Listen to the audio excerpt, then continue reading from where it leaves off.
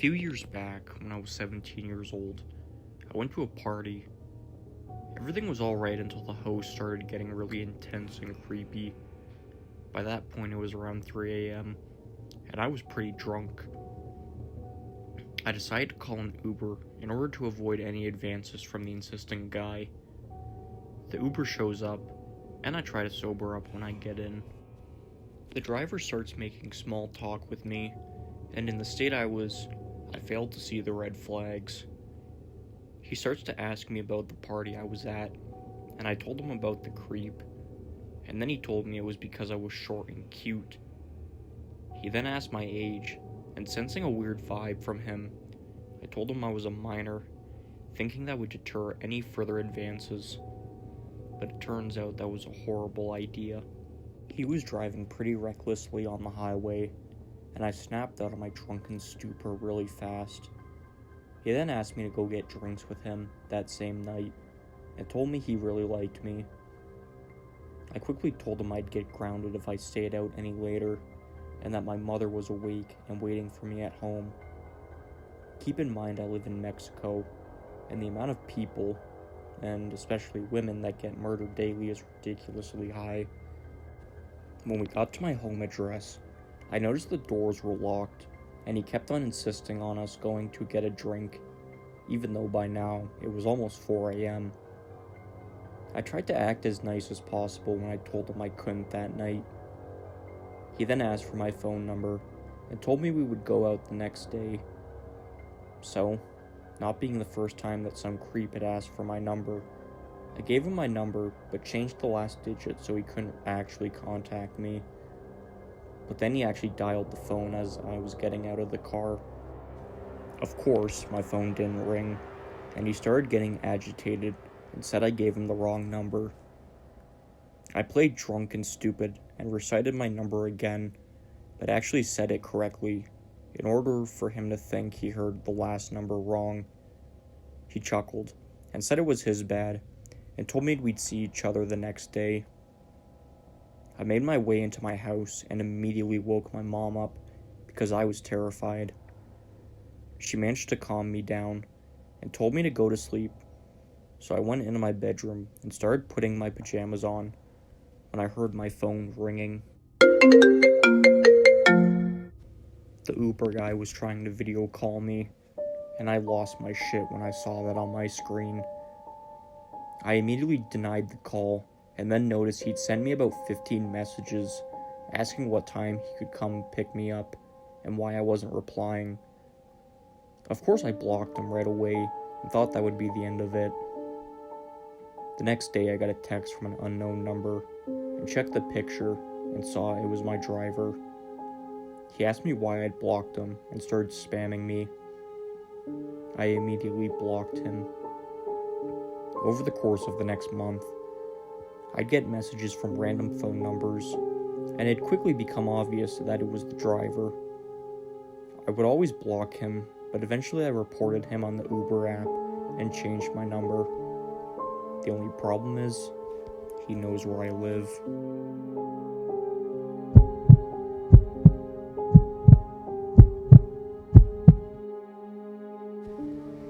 My Uber story is not as scary or disturbing as some of the other stories I've heard or read, but to me it was, and still is, very uncomfortable. A little background. I'm a young female, and I often take Ubers to and from work. It's not often I get lucky with a free ride from my friends or family, or something, and my coworkers aren't all that friendly with me to drive me home. I take a special liking to silent Ubers with just some low-playing music and fast, efficient routes from A to B. Anyway, there's this particular Uber driver that I now try to avoid. From day one, I didn't like the vibe I got from him. He gave off this stranger danger vibe, and the little smile on his lips was just sinister. He is a fairly thin-built man of, I'm guessing, Hispanic origins, with a shade of beard and a buzz cut. The inside of his car was thick with the smell of weed and other strong eye-burning chemical smells, and was extremely dirty with mud, grass, and other mysterious spills and splashes. It didn't help me that his profile read something along the lines of, "I'm a scientist," and "I'm a revolutionist," or "I research people," with other weird hashtags. I'm heavily debating what he means by scientist. I would say the license plate because it played a part in how off-putting the whole thing was, but I need to say the car type later in the story, so in order to avoid any bad situations, like identifying the driver, I will refrain from doing that. I guess I didn't have a problem for the first ride, despite the smell and dirt. Then I noticed this Uber wears shades, no matter the time of day or weather, and always takes the subtle effort to make the looks in the rearview mirror obvious. He also started carrying what I assume was a hunting knife of sort. I have no problems with someone arming themselves for safety, and I also understand being a driver isn't always the safest job, but the size of this knife was just terrifying to me. It was about 8 inches closed up, and he didn't make it discreet. I'm pretty good about gut feelings and feeling mood changes or bad intentions. I've been in a situation that has made me too aware of what someone's hurtful intentions feel like, so I would be totally aware when the intentions and mood changed to such every now and then, and each time I got that feeling, he would change from the safe, fast routes and go through the long routes and bad streets. I don't know why I took him this last time. Either I got lucky or he's testing something. I honestly should have avoided the whole thing. I'm lucky God watched over me and made sure nothing bad happened. He usually drives a black Nissan and pulls up in front of my house like the rest of the Ubers. But this time he was parked across the street and in a black Hyundai with temporary license plates. He sticks his head out of the window and waves with a big grin on his face. Then he motions for me to come and get in his car. I hesitate and walk slowly to the back where I check the license plate. He thought this was funny and said my name as he looked at me through the side view mirror. I got into the car like an idiot, even though I was getting a bad gut feeling. I made sure to take my mom's advice and sat right behind the driver's seat. When we were about 5 minutes away from my home, he starts fidgeting in his seat and kind of doing weird hand reaches into the back seat where there's nothing except me. One more thing is that despite the fact it was a brand new car, the smells were still there, and the front passenger seat had those anonymous splashes like before. At first I thought it was a sudden stop and a full cup of coffee kind of accident, but now I'm questioning how the same kind of splatter would happen. This guy only drank Monster Energy drinks of some sort, so how a thicker, dark liquid splashed like that in the front passenger seat again was questionable, and scary to a young woman thinking the worst of a situation already. The air changes had become heavier and dense, and this guy's usual chill driving was all over the place. He was reaching, knocking, and changing to drive through the longer bad route. While all this was going on, I'm messaging my mom all the details of the car, the routes, and his behaviors. He suddenly locks the car doors, and I'm freaking out. There isn't really a good escape plan if worst came to worst, except pressing that safety button thing on the app and hoping my mom's GPS tracking would help the cops find me. I'm praying I get to work safely, as I watch every twitch and reach carefully. Thankfully, the traffic gets pretty bad. It went from 1 or 2 cars to a good 20 or so. Internally, I'm kind of like, I don't know where all these people crawled from, but thank God. Eventually, he pulls into the parking lot of my work, and I get out as fast as I can while also trying to seem unaffected. He bids a friendly farewell and watches me go to the door before leaving. I wish my boss opened the door sooner, but he didn't, so I kind of just stood there scared he would do some kind of U-turn and decide I'd be a victim or something. As I said before, it's not all that terrifying as it is funny, but Being there in the moment was really scary for me. Maybe this Uber was just some quiet, kind of friendly drug offering Uber that hadn't had his share for that particular morning yet. I mean, it doesn't make it any better, but maybe he liked getting high and talking about revolutions and other weird stuff with people.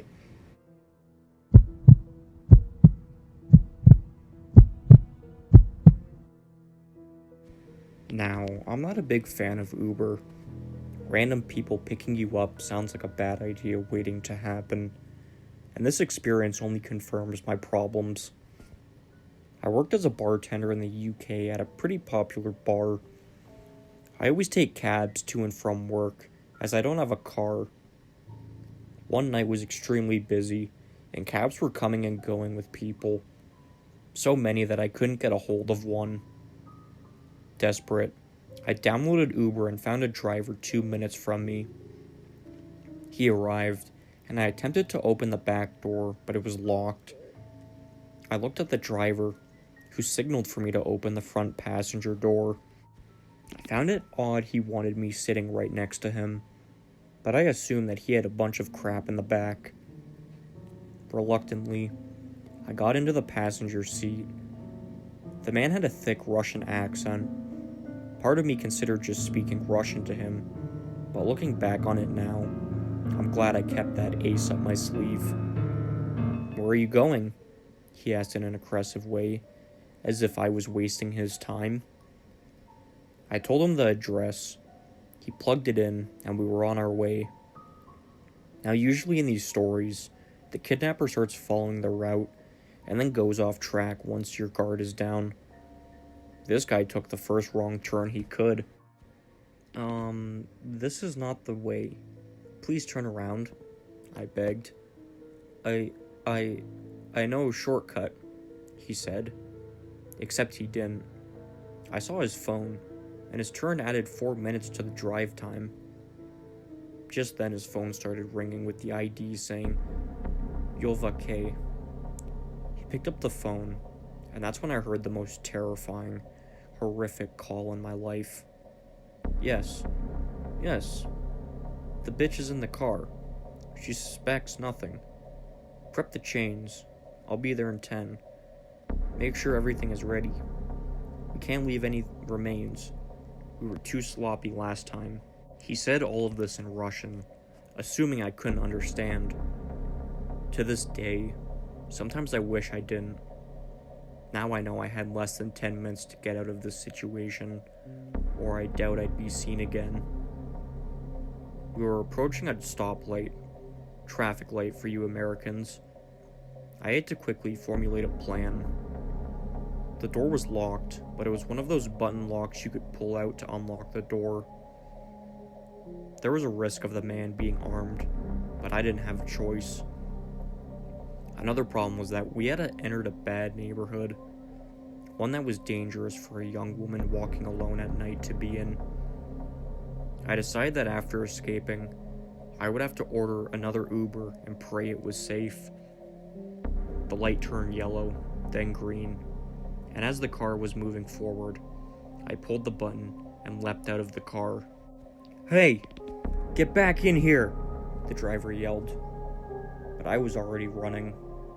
I didn't expect to hear footsteps behind me, but when I turned back, the driver was chasing after me. He just ditched his car and came after me. I turned down an alley and hid behind a rubbish bin. I heard him run past the alley. I waited for what seemed like hours until I heard his footsteps again run past the alley entrance. I left the alley and looked back down the street. The car was gone, but my nerves weren't any better. I was still in a bad neighborhood. I was about to call for another Uber when I wised up. He was probably expecting I'd do that. He was probably on his phone waiting for the alert. So I trekked home. I made the whole 2-hour walk home.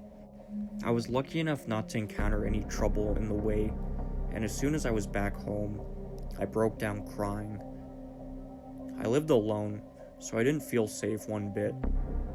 The Uber driver still had my address. I called the police and gave them the description of the man and the make of his car. Like a classic horror story idiot, I didn't get the license plate, so they couldn't do much. But they said they would send an officer to the area. A few weeks later, I had the urge to check the internet to see if anything had been done about my complaint. I came across an article on a Jane Doe found dead by the riverside, her hands chained and a bullet in her skull. The man, who was not my Uber driver, charged with the crime, told the police of a man named Jova Casanova, who led the entire gang. Nothing ever came up about Jova, though. I decided not to come forward with what I knew. I just wanted to return to my life. It's been 3 years since then, and I've been able to move on with my life. I'm happily married, now managing my own bar, and have twins coming in a few months. For everyone out there who uses Uber, I won't tell you not to use the app, even though I haven't used it since that night. But I will tell you to make sure you have the driver's license plate, his description, the make of his car, and always make sure he stays on route. It may seem like a long and hard process, but it may just save your life. And to the Uber driver who wanted to turn me into another Jane Doe, I pray we never meet again. I now have the means to defend myself, and if we do meet, I promise only one of us is leaving the encounter alive.